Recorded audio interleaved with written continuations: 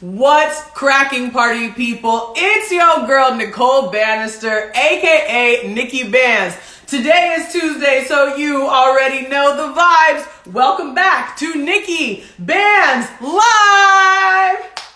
Woohoo! For some reason, my sound effects aren't working today, so it's just gonna be me clapping, clap, clap, clap, giving myself my own sound effects.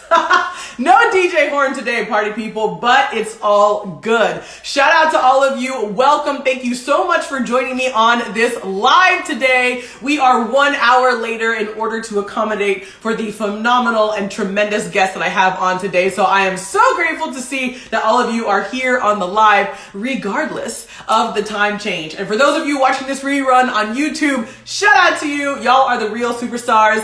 And side note, PSA, follow me on YouTube, subscribe to my channel. If you type in Nicole Bannister, you type in Nikki Bands, you are going to find my YouTube channel. So subscribe away and let's get the party started. So before I introduce my guest today and get you all excited about this tremendous, phenomenal woman who is changing the world as we know it and a unbelievable and unparalleled storyteller. Before I introduce her and bring her on, I just have to say, if you have not yet watched my brand new TV show called Start It Up, now is the time. Well, not right now because I need you to stay here on this live with me. But after this, go on to YouTube, type in Start It Up, and you're going to be able to find episode 1 and episode 2, which released over the past 2 weeks. Episode 1 of my TV show, Start It Up, my first ever hosting gig, my first ever major hosting gig, has over 400,000 views on YouTube. Oh my gosh, clap, clap, clap, clap, clap, clap, clap. Yo, that is incredible, party people, absolutely incredible. And that's all thanks to all of you. And episode 2 already has over 140,000 views on YouTube. So I'm so grateful. Go check out the show, everyone. The show is all about these absolutely incredible, amazing young people, these amazing entrepreneurs from all over the world who are pitching their business ideas to an elite panel of judges. The show is not to be missed. So once again, the show is called Start It Up. Go check it out on YouTube once you get done watching Nikki Bands Live. Yes, oh my goodness gracious. Shout out to Young Pole Master. Shout out to Miles in the building. If all of y'all are seeing Miles on the show right now, Miles was my first ever guest here on Nikki Bands Live, and he's tuning in right now. Go follow him at Young Pole Master. Shout out. He's one of the most incredible dancers I've ever known, ever seen in my life. So shout out. Thank you for coming on. Now, party people, I have to say I am so incredibly excited about my guest today. It is the one and only Laurel Chor. And Laurel is a reporter, a journalist, a photographer, a film producer, a writer, a speaker. Yo, this girl's accomplishments and accolades go on and on and on. And her and I went to Georgetown together. Hoya Saxa to all of the Georgetown Hoyas out there in the building. But I'm so incredibly excited to be able to interview her. Normally she's the one doing the interviewing, so the tables are going to be flipped a little bit today. I'm going to be interviewing her. She'll have to give me a score and let me know how I do at the end of it. But this girl's accolades are just all over the place. She is based out of Hong Kong, travels all over the world working with incredible companies, the biggest names that you know of: New York Times, Washington Post, HuffPost, Getty Images, National Geographic. I'm telling you, we are going to have so much to learn about cross-cultural engagements, about what it means to share stories in the world that we live in today, where there's so many different issues happening, whether it's environmental protection, climate justice, war zones happening in Ukraine and beyond, what's happening in Congo. I mean, this girl has covered it all. So we are in for a treat. That's all I'm saying today. We are in for a treat. So without any further ado, I see Laurel has joined us. She is in the building. I'm going to bring her on just now. Stay tuned. We are here. This is Nikki Bands Live. I do this every single Tuesday where I interview your favorite actors, rappers, dancers, comedians, journalists, activists, and influencers from across the globe. Every week is a new guest from a new country coming to you on Tuesday every single week. So, like I said, it is time to bring on the one and only Laurel. I know you're listening to this. I know you're getting excited. I just invited you now. Get this party started. Hello. Hello. Hi, Hello, thanks for having me. Oh my gosh. thank you so much for coming on. You are like one of the busiest people in the world. So to have an hour of your time, girl, I am blessed. Thank you. Thanks. I'm really excited. I love your energy. I'm super excited about this. Oh my gosh, thank you, thank you. Like, I don't know if you heard me saying earlier, but I was like, you're the ultimate reporter, interviewer, journalist. So, I got big shoes to fill interviewing you today. It's just going to be a casual conversation. It's two old classmates catching up, right? Exactly. That's very true. That's very true. So, Laurel, I do like to start every episode of Nikki Band's Live by telling folks how I know the guests who are on my show. So I said it before, but now we have a bunch of new people who are tuning in and logging in. So you and I went to Georgetown together. You were actually a class above me. So I think you graduated in 2012 and I was in 2013. And so we just got this little Georgetown connection from the hilltop, and I've just been following your journey ever since. I've just been so impressed and so blown away by all that you've been able to accomplish in less than a decade since you graduated. So it's just truly a treat to have these Hoyas reunited here. Thanks. Yeah, I'm excited. It's crazy. 10 years. We just had our 10-year reunion the other week. I didn't go, but it's crazy. Time flies. I know. I wonder if I should go to my 10-year reunion next year. I didn't go to the 5-year. 5 years is too soon. 10 years, I think, is a sweet spot.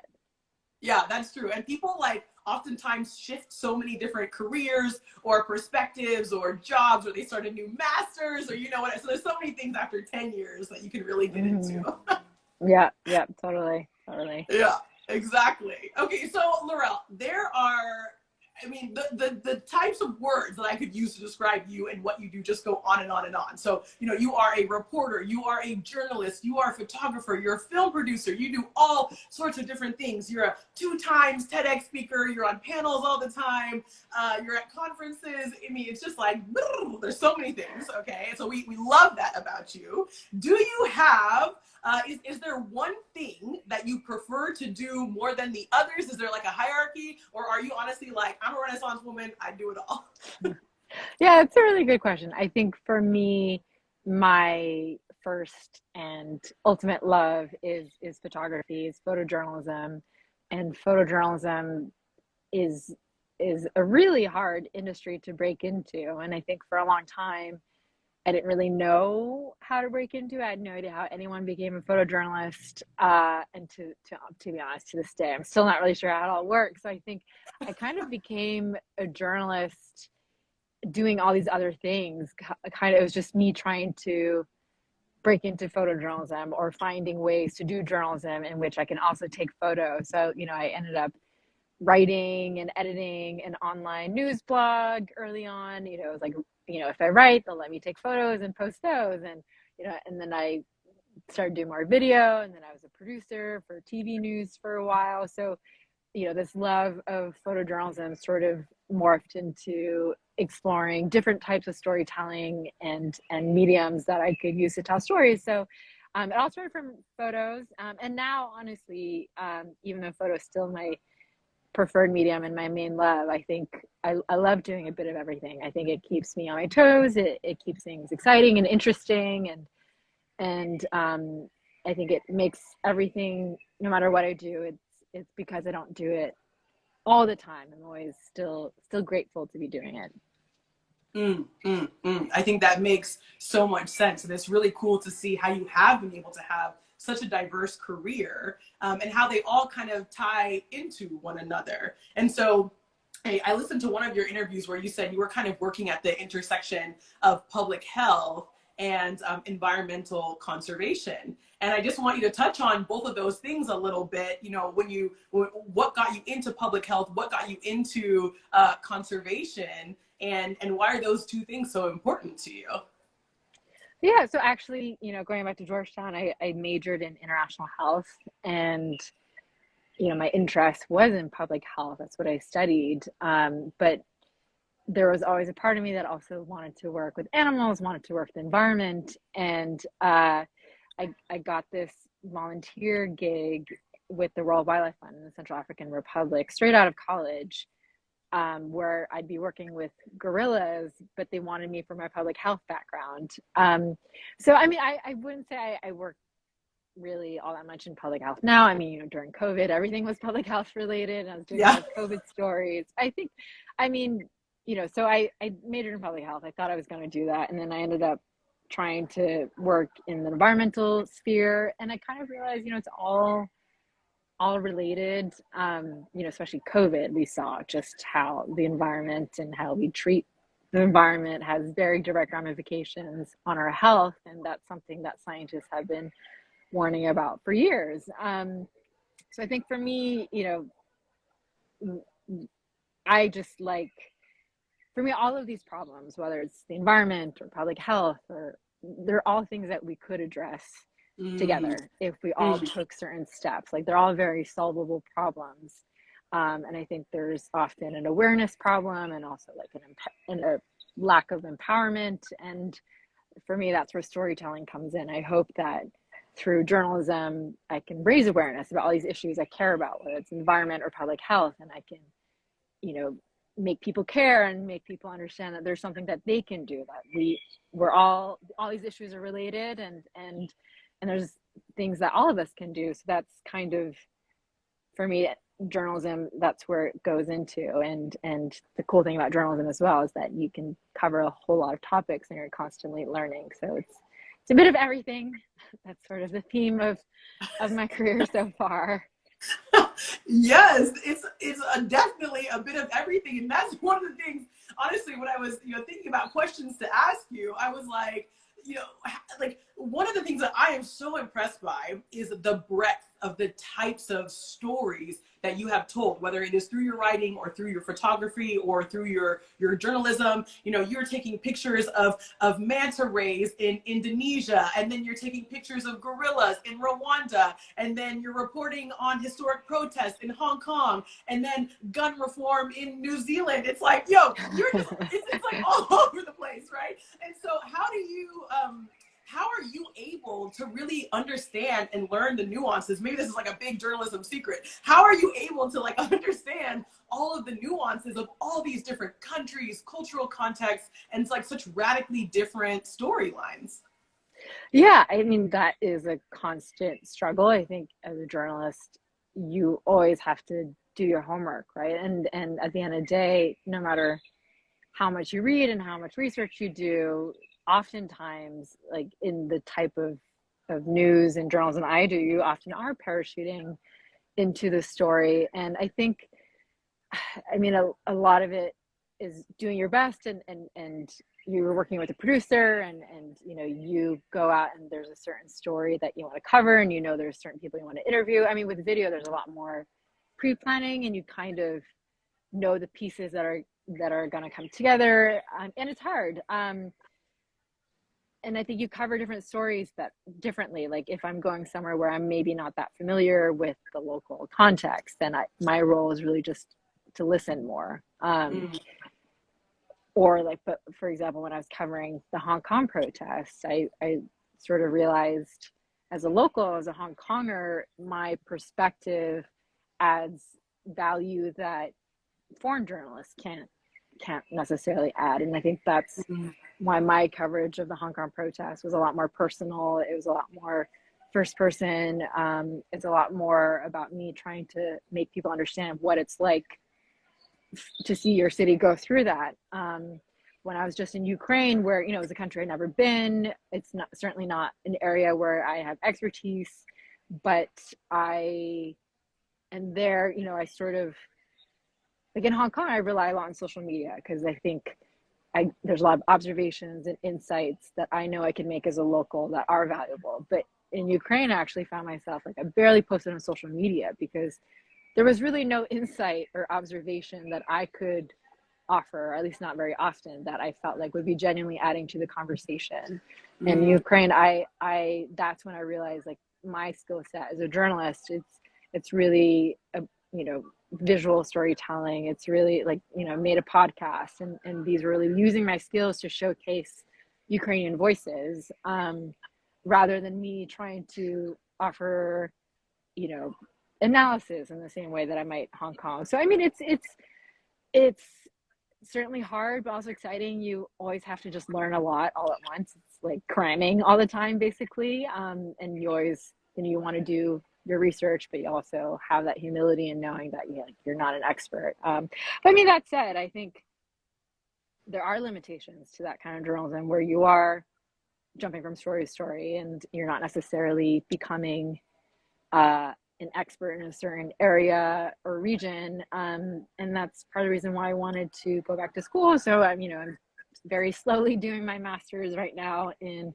biodiversity and conservation, because I realized like I kind of wanted to slow down and really develop expertise in biodiversity, conservation, and environment, and really build up my knowledge in this specific area, and kind of just do slower storytelling. Interesting. Okay, you sparked like three different directions that I could go in questions now with what you just said. I'm like, I totally want to talk about Ukraine. I want to talk about slowing down and what that process means for you. But I think maybe before I go to that, I love you said something just now about the humility that you have in storytelling when you're not necessarily from a place. And whereas with the Hong Kong protests, everything was much more personal because that's your background, that's your lived experience. And I don't say this often to people, but there are only a few people in this world who I kind of feel like are truly like cross-cultural chameleons, like people who can literally be dropped into any environment, any place, anywhere in the world, and adapt and empathize with people, and even people who don't look like them or people who have different religions or races or anything from them. And I think you are one of those people. I put myself in that category. I put you in that category. I put Barack Obama in that category. People like that who really, understand all the dimensions and all the different perspectives of the world. Where would you say that you get a lot of that cross-cultural capital that you have? Like, how were you able to cultivate that? Because I think for someone like you, you were coming from Hong Kong, you speak English, you speak Mandarin, you speak French, you speak multiple different languages, and you are able to easily navigate these different contexts. So how did that cross-cultural capital build for you? Yeah, I mean, I think, I was very lucky. I had a very privileged upbringing. My parents immigrated to Canada before I was born, just in search of better opportunity, like all immigrants. I was born there, so in a very Chinese community as well. So, I had that's where I grew up speaking English, and then we moved back to Hong Kong, and actually we moved back to Hong Kong while it was still a British colony. And Hong Kong in itself is super multicultural. It's the cliche is as East meets West, right? So I kind of grew up with a lot of that. Just like Hong Kong in itself was founded on this idea of at least two cultures, and there's so many different people from all over who have played a big role in building the city. So growing up in that, and then I also went, at one point my family moved to Taiwan for my dad's job, and like my parents, decided I'd go to French school, so I went to French school. That's why I speak French. So I mean, it's a very confused upbringing, and growing up, I think it was very confusing. Obviously now I'm very grateful. But, I think sometimes I joke now, like people ask like, oh, why is your English so good? Or why do you sound like that? I'm like, well, because of colonialism and imperialism. Like my life is kind of a product of that, which, it is what it is. Like my parents immigrated to Canada in search of better opportunity. In Hong Kong, we speak English because it's a colony. They thought I'd have more opportunity speaking French, just because of, my parents tried to raise me to be ready for the West, essentially, while still very much embedded in our culture. So that's I guess the short explanation. And now, like, I think I'm very lucky to travel for work, and I think the more you're exposed to, the more you realize there's a lot of things that are easy to take for granted in our worldviews that are actually just from your environment. And the more you see of that, the more you realize like we all have common humanity, but we also, like there's a lot of things we really believe deep down that are just a product of that are just learned. So it's that awareness, I think, follows you everywhere. And I love that you call it awareness, because it's true. You know, it's what you're exposed to. It's what you have the privilege of being able to see and participate in and take part of. And the reality is that, you know, someone like you or someone like me who's in a different country every month or every week sometimes, you know, in your case with the work that you do, you are exposed and you are aware of all these differences and these nuances. And that's why I think it's really critical for folks like you to be the storytellers, right? Because you get the opportunity to say, no, I understand the nuances and I can share this thing in this one country or this one community that a lot of people maybe don't understand globally, but I can share it in a way that the global audience will understand. I think that really comes through in your writing, in your photography, and in your reporting. So we're all very grateful that you're the one on the front lines sharing these Thank you. stories. So I think with that being said, let's talk about Ukraine a little bit, because I mean, this is something that's like very fresh in a lot of people's minds, and you have been on the front lines taking pictures and sharing stories from Ukraine. What has this experience been like for you? Yeah, I mean, so it's been a while since I've been back. I was there for March and April, 6 weeks over March and April, and I'm actually going back next week. But it was a really intense experience. I mean, obviously there were things that were scary and nerve-wracking, the air sirens, the shelling. I mean, I was never, under shelling. We weren't ever in that kind of situation. But for me, I focused on, I mean, the Ukrainian people, to be honest, were just incredible. It was my first time covering war, and you just feel this energy and intensity. Like everyone you meet is so brave. Everyone you meet is so selfless. They've all united for this cause and for this country and for these values that they believe in, that a lot of them have been fighting for since 2014, since the Maidan Revolution. So for me, I was just having this conversation with a friend that I was in Ukraine with. And, of course, there's unbelievable tragedy and hardship and so much senseless death and violence. But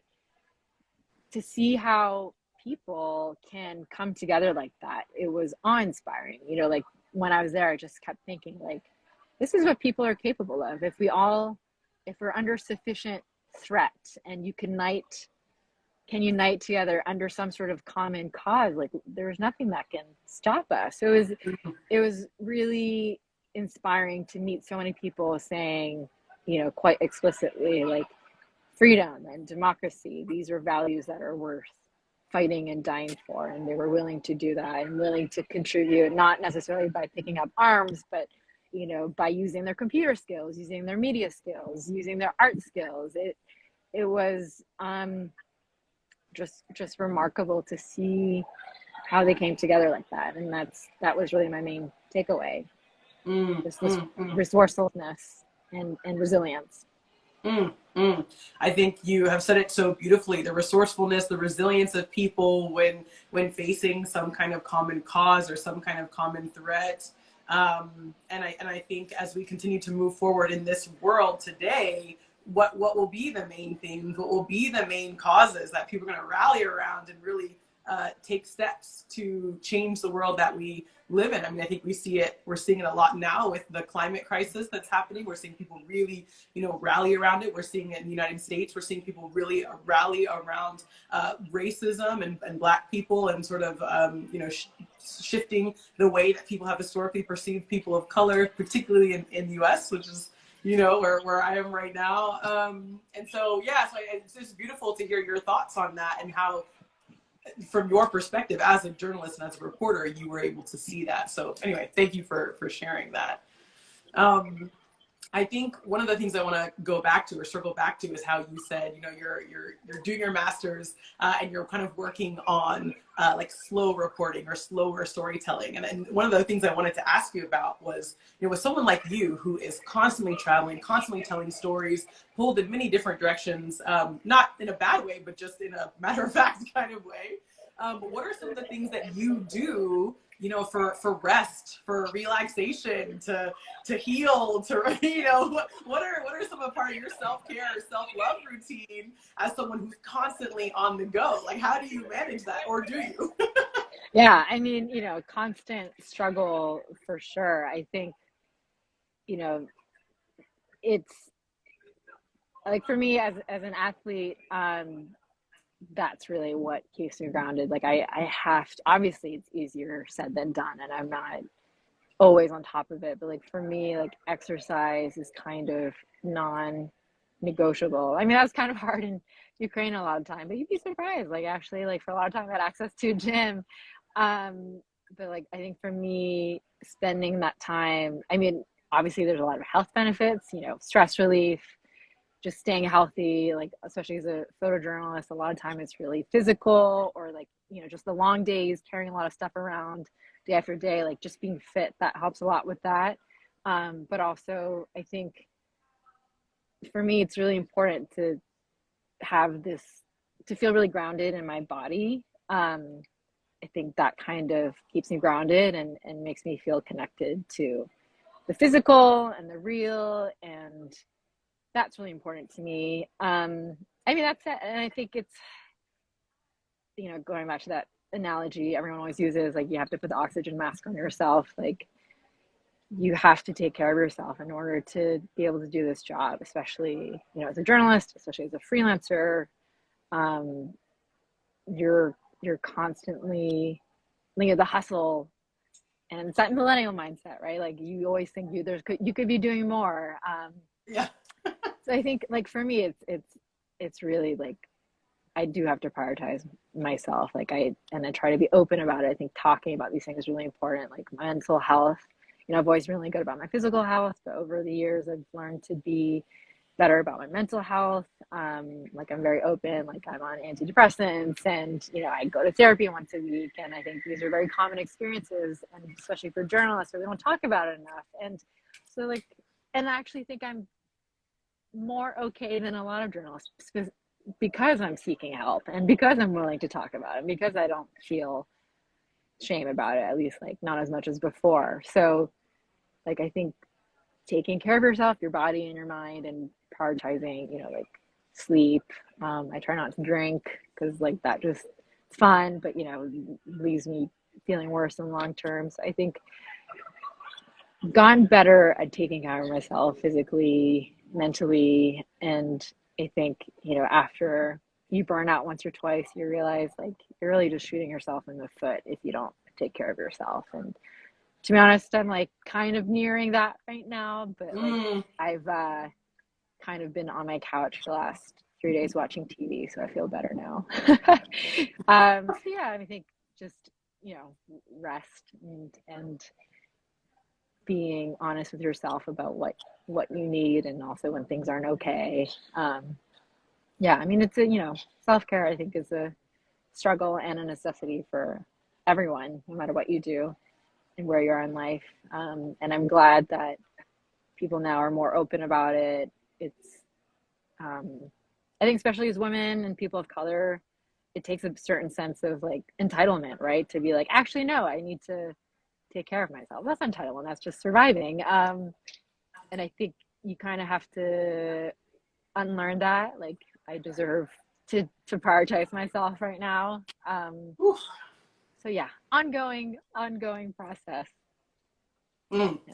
Girl, you're speaking to my heart right now. Oh my gosh, Laurel, preaching to us right now. Everybody who's watching this live on Instagram, people watching on YouTube, y'all better take some notes right now, because Laurel is giving it to us straight. And I think you're so right, especially as women, especially as people of color. Yeah, we've been told that to put ourselves first, to love ourselves first, to take the time that we need to rest and to relax and to prioritize our mental health and our physical health. We've been told, no, just hustle, hustle, hustle. Keep working harder, keep doing this. But that's not realistic. We cannot thrive if we're not even surviving, And so I'm so grateful that you are, have been such a vocal, advocate for mental health, for physical health in all the spaces that you're in, particularly in the journalism community, like you said, where it can be really challenging to kind of step back and take that time, but those are lessons for all of us. Like we all need to be taking some time. So good for you for sitting on the couch for 3 days and watching TV. Girl, you better go get a massage. Girl, you better do what you need to do. Yeah.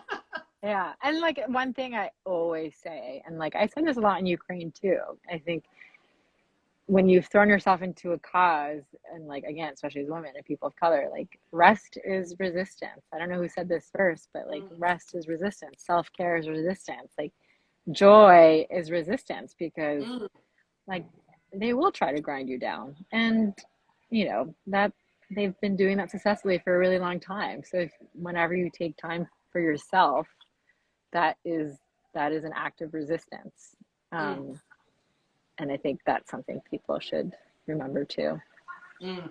So beautiful. Thank you for sharing that and for, reminding all of us that this is the truth and this is our power to be able to take that time for ourselves, so we can be the best versions of ourselves and then help others share their stories, like you mentioned. And I just want to remind everyone who's tuning in here to Nikki Van's Live, if you have questions for Laurel, if you go to the bottom of your screen, there's a little thought bubble with a question mark. You can click on that and type in any questions that you have. If you put them in the comments, they'll just go by too fast, so we probably won't see them. But once again, bottom of your screen at the right, there's a little thought bubble with a question mark. Click that, and then you can type questions in there. Last 10 minutes of the show, I'll definitely ask Laurel any questions that you have. And if you're not following Laurel on Instagram, at Laurel Chore, you go to the top of your screen, click on the little down arrow in the middle. You'll be able to find Laurel's contact info. You can follow me on Instagram at They Call Me Vans. So just go support all of the women doing badass things in the world, like the two women on this live right now. Okay, can I just, like, casual flex, can I just go back to for a second, you talking about you being an athlete. Like, dude, how in the world did you play for the Hong Kong women's national rugby team in the midst of, like, everything else that you do? Like make it make sense, Laurel. Like, I don't know, like, Yeah. not enough hours in the day. You're also, like, a professional athlete. Like, how was that? Well, yeah, that I mean, my last big hurrah as a national athlete was at the World Cup in 2017. So I think after that, I'm still playing. After that, like that was really, that's like I put heart and soul. I've never worked harder for anything. And after that, it's like I'm glad I had that, because now I can sort of step back and like look back at my glory days. But I mean, I've been playing rugby since I was 11, and it's a huge part of my life and my identity. Like I honestly think I wouldn't be the person I am today if it weren't for rugby. Wow. And like even when I was covering the Hong Kong protests, like I genuinely think like it felt very transferable. It felt like my skills transferred from rugby to photographing the protests, because it was so physical. You were Wow. running around all day.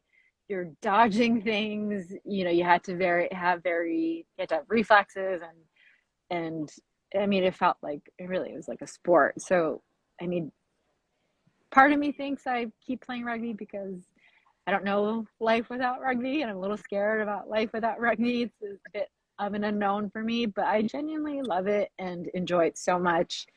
It's just so important to me, and I think it's one of the few things I do in my life that like really are just for me. Like I do it because I love it, and it keeps me really grounded. I mean, earlier I was talking about how exercise is really important for me because it makes me feel grounded in my body. And when I'm playing rugby, I'm like 100% in my body. Like I'm not thinking about Mm. anything else. I'm so focused.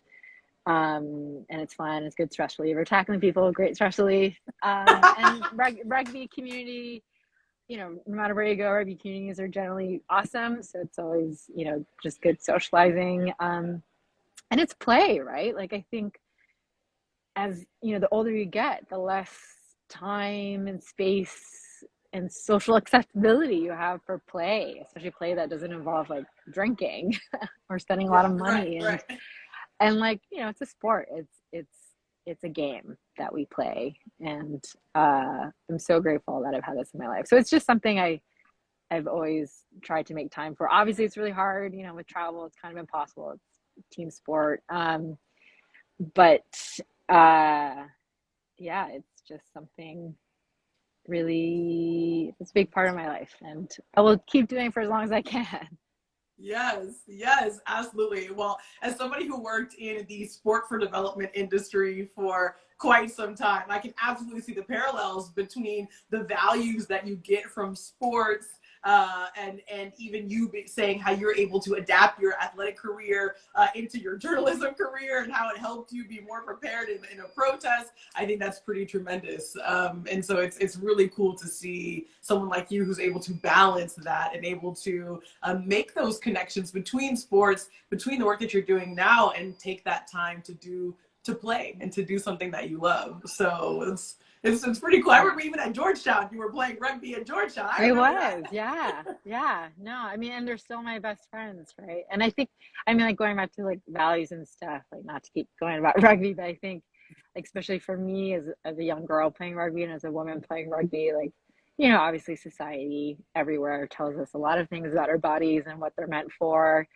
And, you know, I think generally we're taught that your bodies are like there to be seen or like consumed or used. And in any sport, and rugby especially, you know, your body is there to like to have fun and to play and to do what you want to do. And I think I'm really grateful that growing up I had this constant reminder that like my body's mine to serve me, and it's strong and it's capable of amazing things. And I think a lot of women, especially, like that's something we can all benefit from. Yeah, huge exercise and sport advocate.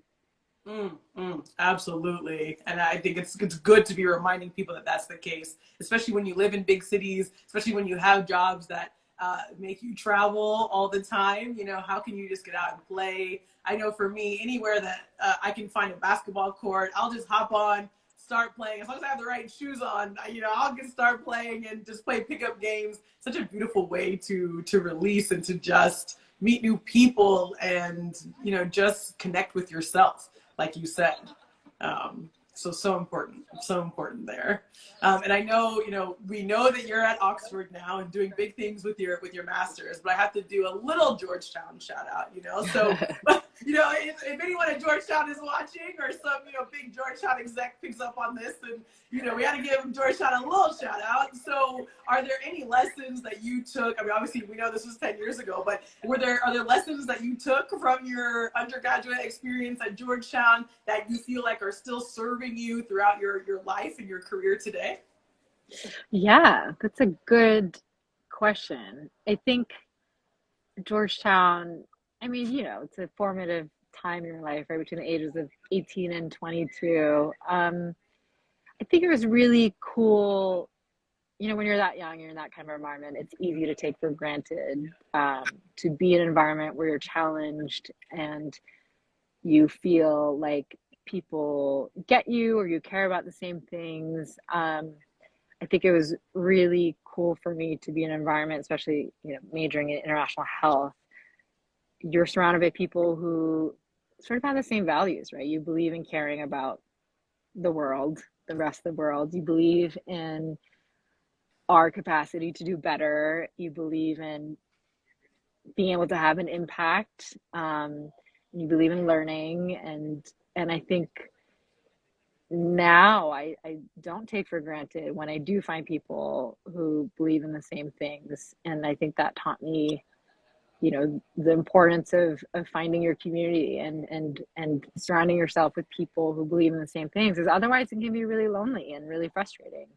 So I think the importance of community, and I think for me, I mean, my life was really focused on rugby when I was at Georgetown, and still having that group of women who were still close and we're still friends. Just like, yeah, I think sisterhood is probably one of my bigger takeaways too from the rugby team.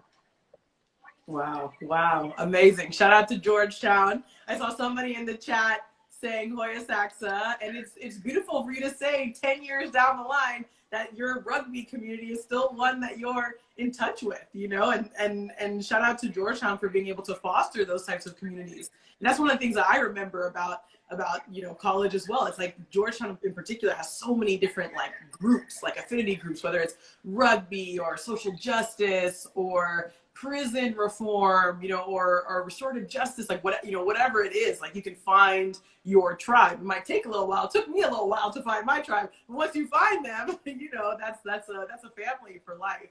So that's cool. That's really cool. So we have about 20 minutes left here on the live, and so in these last 10 minutes that I ask you questions before I'll throw it over to all the audience to join. Once again, if you have a question for Laurel, please put it in the little thought bubble with the question mark. Please put it in there. I'll ask Laurel all of your questions in just about 10 minutes.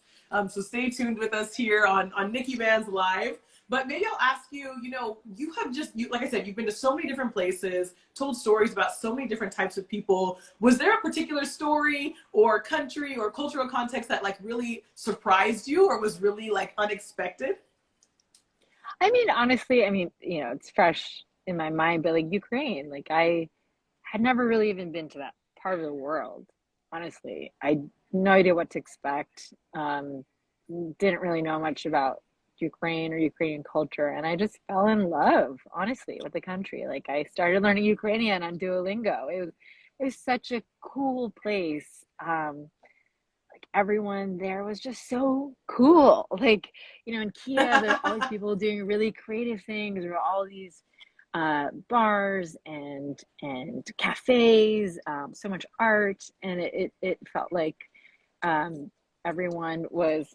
Sorry, that's someone to sterile. It felt like everyone there was contributing to the wider community. Like everyone was wanted to use their skills to like better the country, and obviously Ukraine's a big secret, but it kind of felt like, yeah, like Ukraine, it's the next big thing because it's just such a cool place, and the food was great, and there's beautiful nature, and everyone was so friendly and open and willing to help, and so that was kind of unexpected to me. Obviously, I didn't go into war expecting that, but yeah, Ukraine is really cool, and I look forward to spending more time there. I mean, of course, like Ukraine's going through a horrible time right now, and things aren't looking great, but I think especially now, it seems like people really appreciate people taking the time to learn about Ukrainian culture, because that too is an act of resistance now when a whole other country is trying to erase their culture and history. It's so incredible to hear your firsthand stories of Ukraine, because most of us have never been to Ukraine. Also, similarly, didn't really know much about Ukraine before Russia invaded it and decided to make this an international geopolitical issue.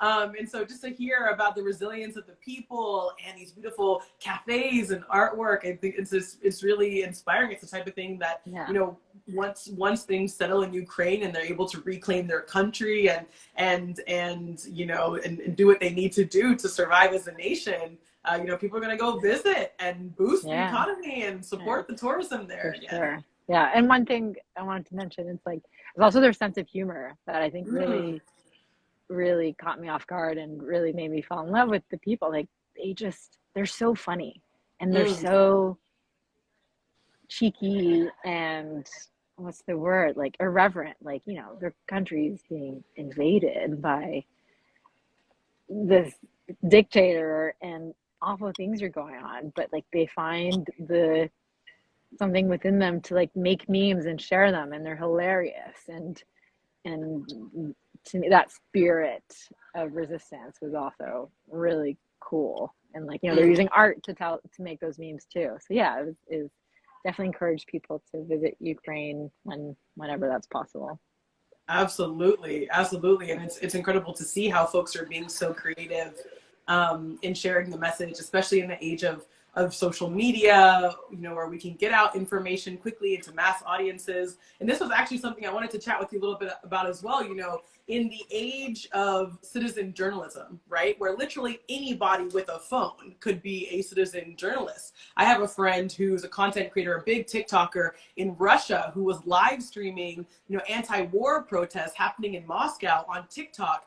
And it was something absurd, like 16 million people tuned in to his TikTok live streamed from around the world. So, you know, for you as someone who's historically worked in traditional media, you know, reporting in newspapers, and photographing for these big institutions like Nat Geo and Getty, how do you see the role of content creators and content creation today in the world of journalism, where people are able to tell sort of firsthand stories, you know, just from their phones?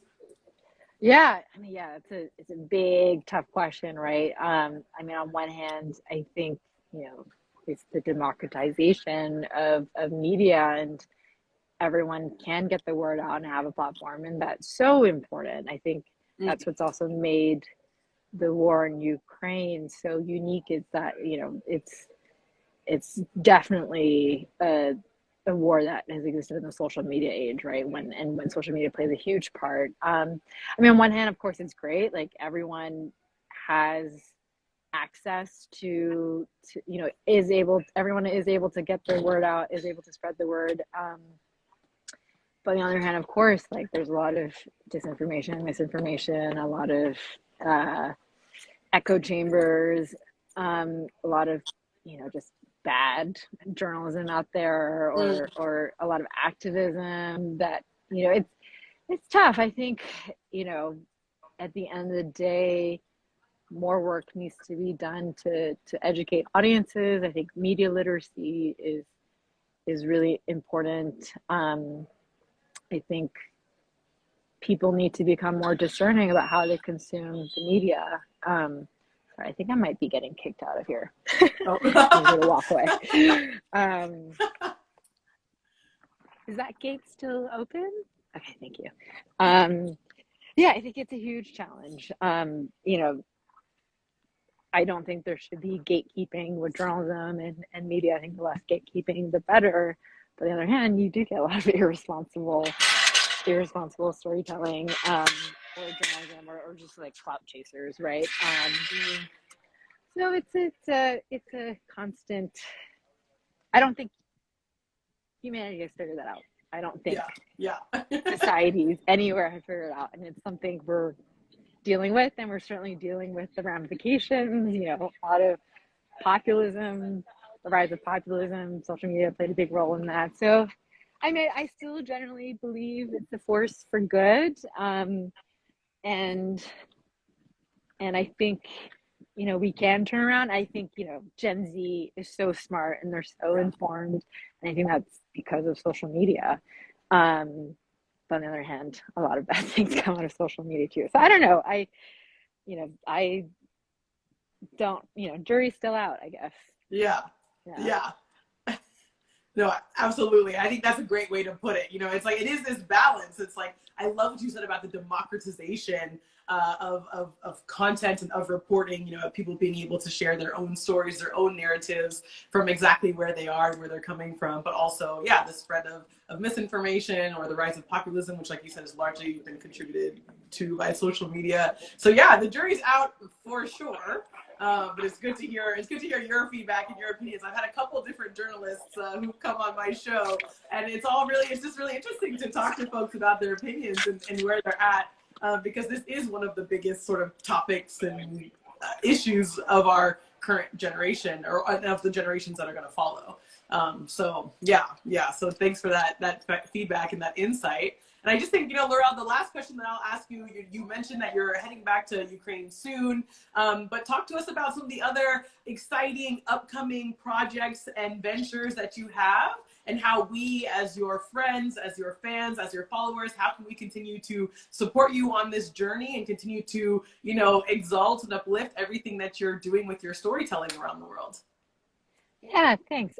So I have to finish my master's, I have to write my dissertation some point next year. There's that. And then I recently got a grant from National Geographic.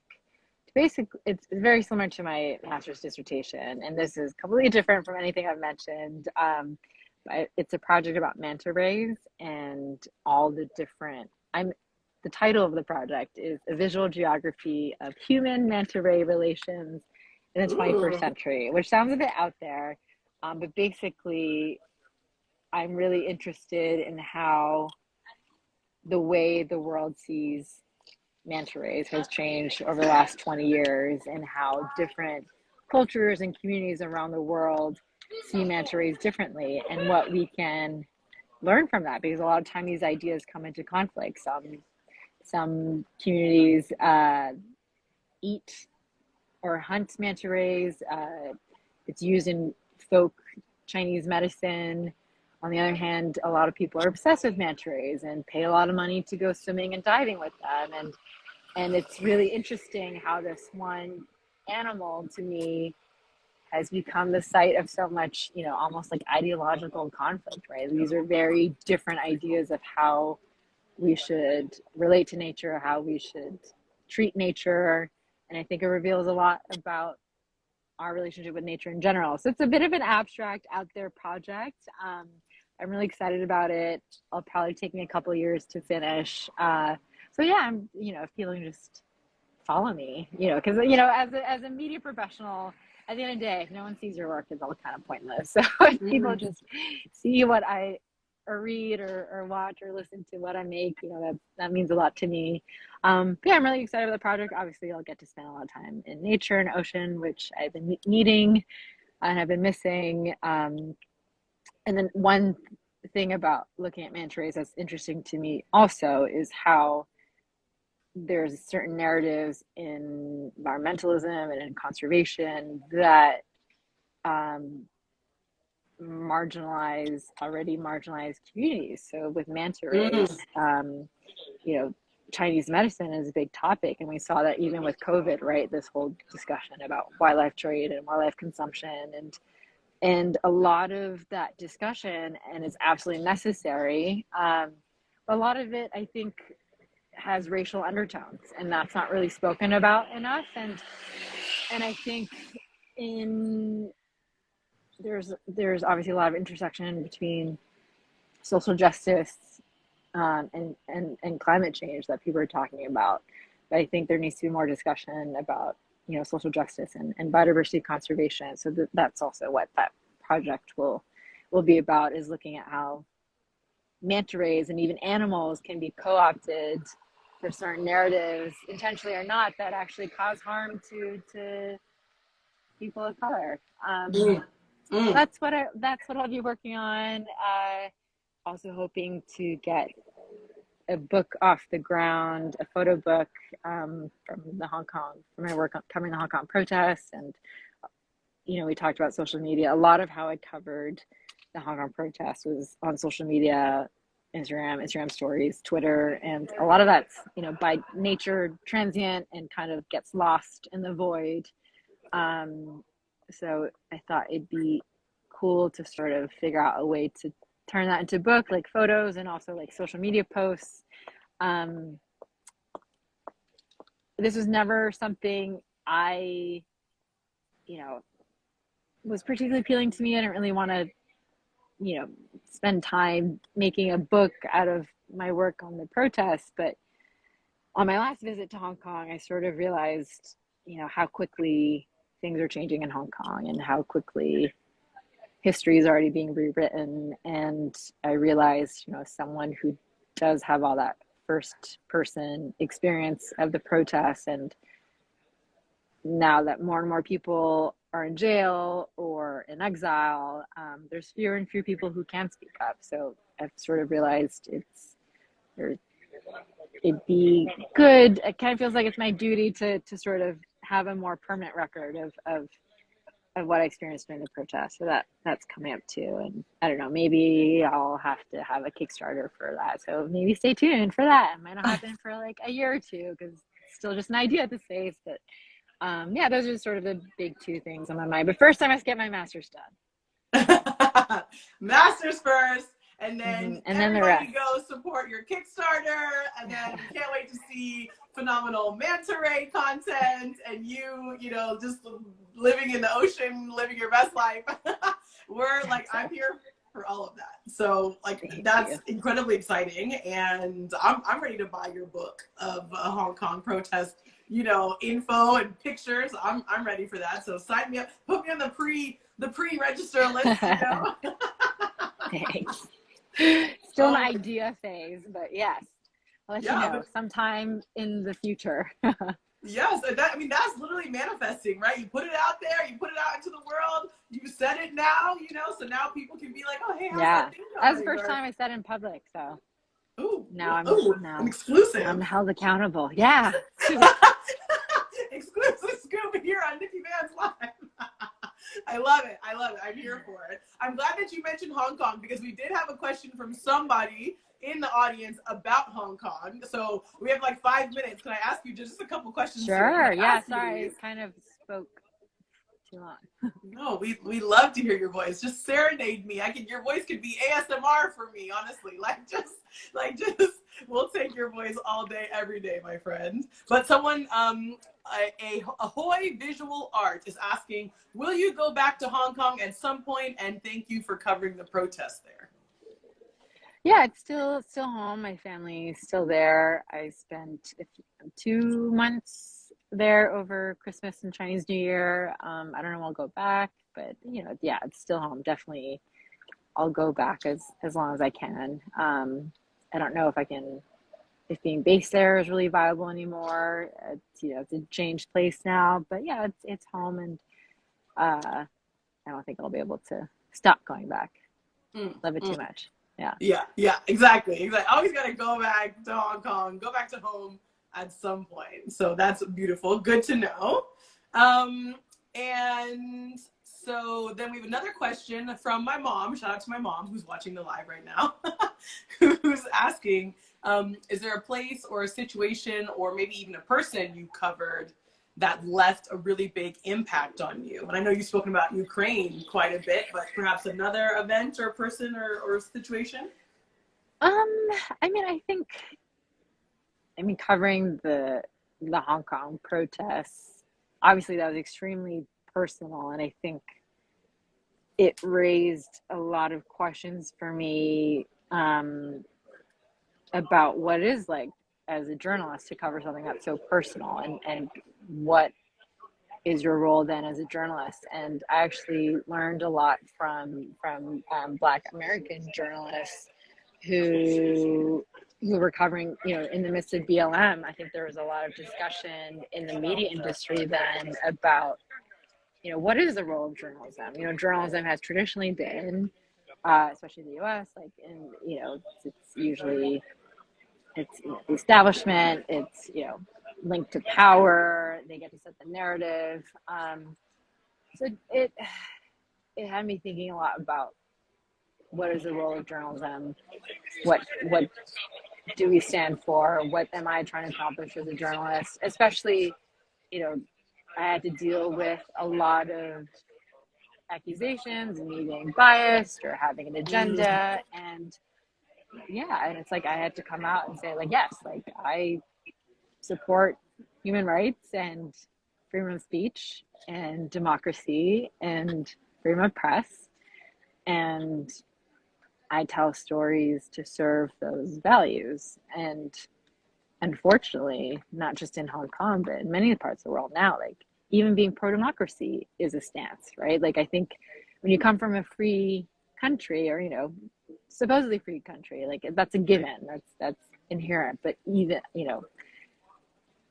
realizing that to say I had to be for democracy in the first place was a big wake-up call, realizing like institutions are really fragile, and we all, especially in the media, have a role to play in upholding those. I think that was a big lesson for me covering the protest. Yeah. Wow. What a tremendous final reflection here, on your interview. I mean, that's something that I have never even sort of thought about, having to take a stance very publicly and vocally around being pro-democracy. So thank you for even opening my eyes to what that means, and being able to clearly say, these are my values and I stand by them. So I am biased because these are my values. This is what I believe in. I believe my secret pro-human rights agenda.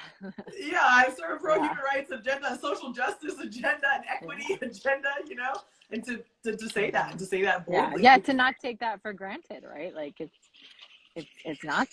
These are all things we have to fight for sure. I would like to I see there's one more question. I like to take that if we have time.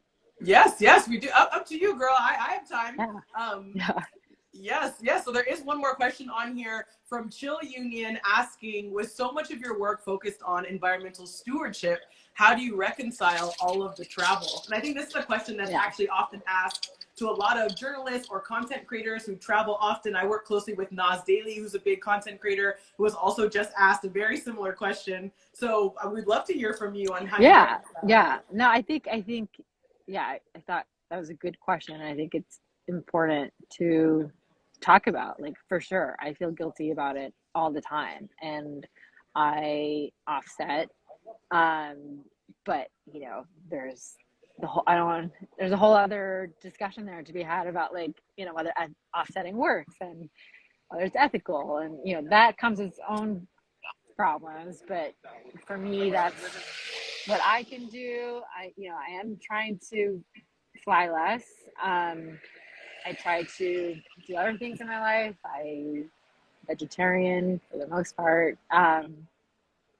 When I travel, sometimes that's hard. If I'm in certain contexts, that's hard. But you know, I think, it's a tough one, and it's for sure, like, I'm keenly aware of how hypocritical it can be. And unfortunately, I think being a modern urban citizen means a lot of time you're doing things that are hypocritical, directly or indirectly, and I think we should be having these conversations more openly. So yes, I mean, no real answer other than that. You know, I'm trying to make up for it, trying to do better, and I know I can certainly do better, and it's hard. It's something I feel guilty about all the time.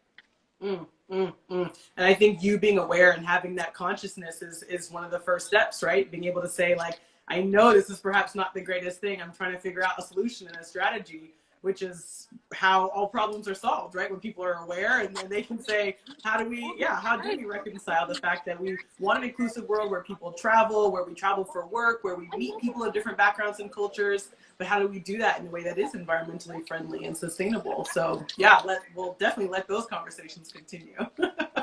Well, Laurel, we're coming to the end of the interview here. Any final thoughts, final words that you want to share with us here before we wrap? No, I mean, it's been such a pleasure. It's really nice to connect with you and anyone who's listening. Thanks for having me. And I'm always, if anybody else wants to ask questions, I'm always available. You can always just DM me. Beautiful.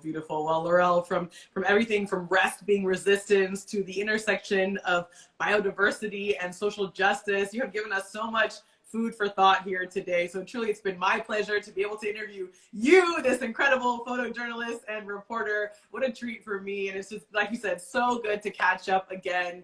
For everybody who's here, make sure you're following Laurel on Instagram and Facebook and YouTube and all the platforms at Laurel Chor. If you're not following me yet, at They Call Me Bands. And Laurel, this has just been such a joy. And I hope I see you somewhere in the world in person. Maybe in DC, maybe in Hong Kong, maybe in, I don't know, Ukraine, somewhere. We're going to find each other somewhere one day. Yeah, for sure. Yeah, thanks so much. It's been so much fun. Absolutely. All right, have a beautiful rest of your day to you and everyone watching. We'll see you next time. I'm Nikki Van. All right. Bye. Bye, everybody.